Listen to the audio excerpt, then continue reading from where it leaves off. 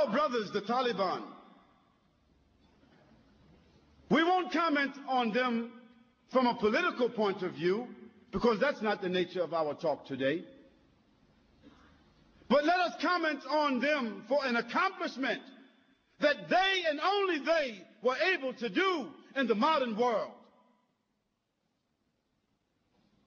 In the modern world, between America, Great Britain, China, Russia, Germany, France, Japan, Italy, between the major countries in the world, the drug trafficking is a business and an industry of over $78 billion a year.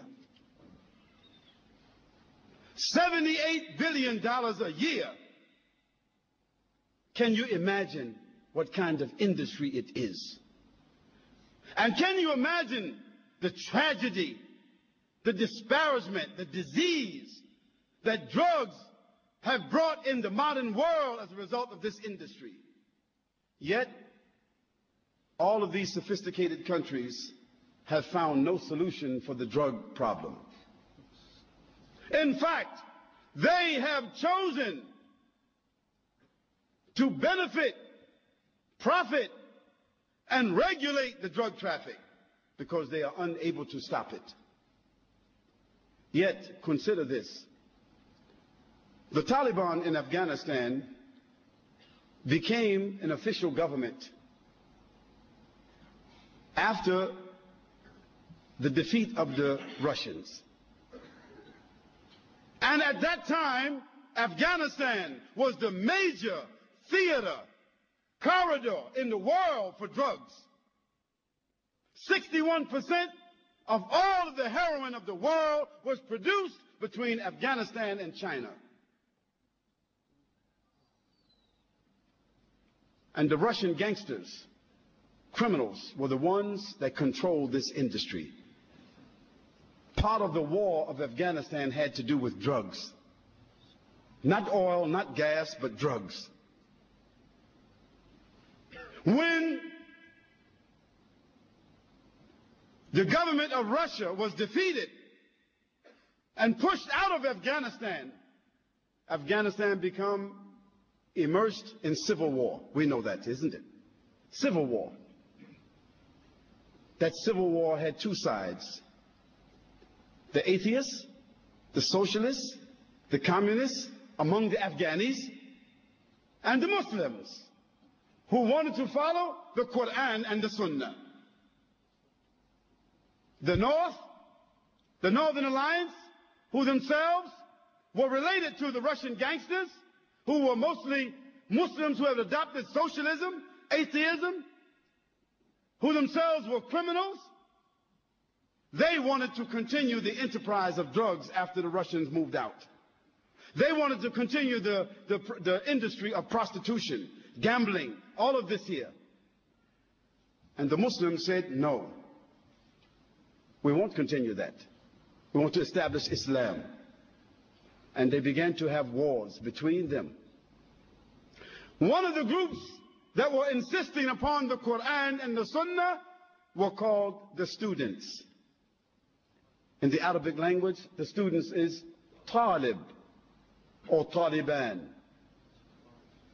And on one occasion, those atheists, socialists, communist Afghanis, those criminal Afghanis, they entered some villages and they raped the women.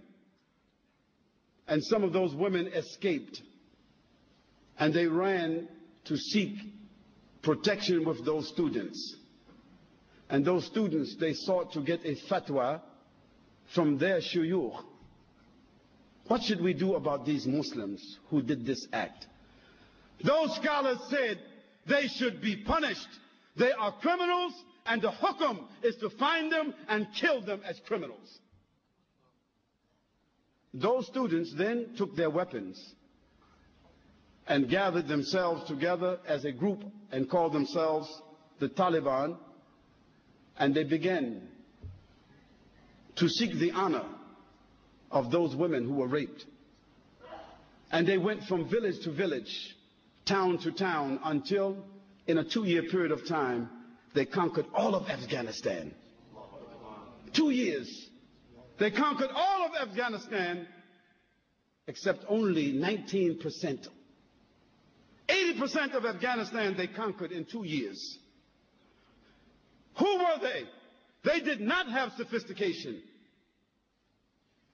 They were walking, riding donkeys and horses, fighting on foot, fighting for the honor of their women, for the honor of their country, for the honor of Islam. And in 2 years' time, they subdued the entire country. Of course, they were not sophisticated in their knowledge. They did not have universities. They did not have institutions. Even in most of Afghanistan, there was not a standing hospital. But they established what they called the Islamic Emirate of Afghanistan. The only standing Islamic Emirate in the world at that time. Yes, they were ragtag. They were not sophisticated. But they had honor and love for Allah subhanahu wa ta'ala inside their hearts. And we don't know, as Muslims, we don't know any connection with the Taliban to September the 11th. So let's be clear about that. We don't know, we don't have any evidence or any proof that they had any connection to that, except that they would not give up their brother, Osama bin Laden. We don't make any comments about what happened because we don't know.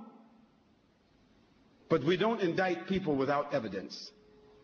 And we certainly don't indict a country because someone is living there whom someone else feels is indicted.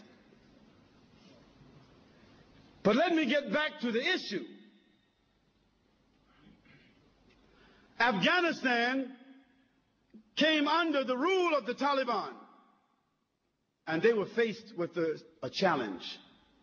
What are they going to do with the drug industry which they found in Afghanistan? The Taliban made a decision. From a point of honor, from a point of morality, a point of dignity and decency, from a point of Sharia, they could not support and allow drug trafficking to exist in Afghanistan. So what did they do? They began to punish those who held drugs, those who sold drugs, and they began to imprison those that used drugs. Then they gave an option to the farmers who were the growers of poppies in Afghanistan, the major crops for drugs, isn't it? They told them, we will give you the land where you are growing the poppies. You take the land, but you must grow another crop. You must grow a different crop.